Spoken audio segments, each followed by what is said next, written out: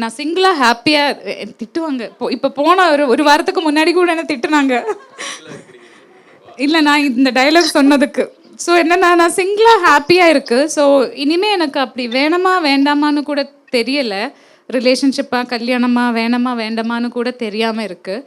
இன்னொன்று நான் என் அம்மா கிட்ட சொன்னது என்னன்னா, நான் ஹாப்பியா இருக்கு. நான் பிடிச்ச ட்ரெஸ் போடுறேன், பிடிச்ச இடத்துக்கு போறேன், பிடிச்ச சாப்பாடு சாப்பிட்றாங்க, பிடிச்ச வேலை பண்ணுறாங்க, எனக்கு பிடிச்ச மாதிரி வாழ்ந்துட்டு இருக்கு. இன் அ குட் வே. எதோ பண்ணுறது இல்லை, பிடிச்ச மாதிரி நல்லா வாழ்ந்துட்டு இருக்கு. ஸோ இதை விட எனக்கு ஒரு பெட்டர் லைஃப் ஆஃபர் பண்ணுற ஆளு தான் எதிர்பார்க்கறது. என்னோட லைஃப் வந்து கீழே எடுத்துகிட்டு போகிறதுக்கு வேணாமான்னு ஒரு டவுட்டு. ஸோ இதை விட என்ன ஹாப்பியாக வச்சுக்கிறேன், என்ன இதை விட பெட்டராக என்ன பார்த்துக்கிறேன்னா எனக்கே என்ன பார்க்க தெரியும்.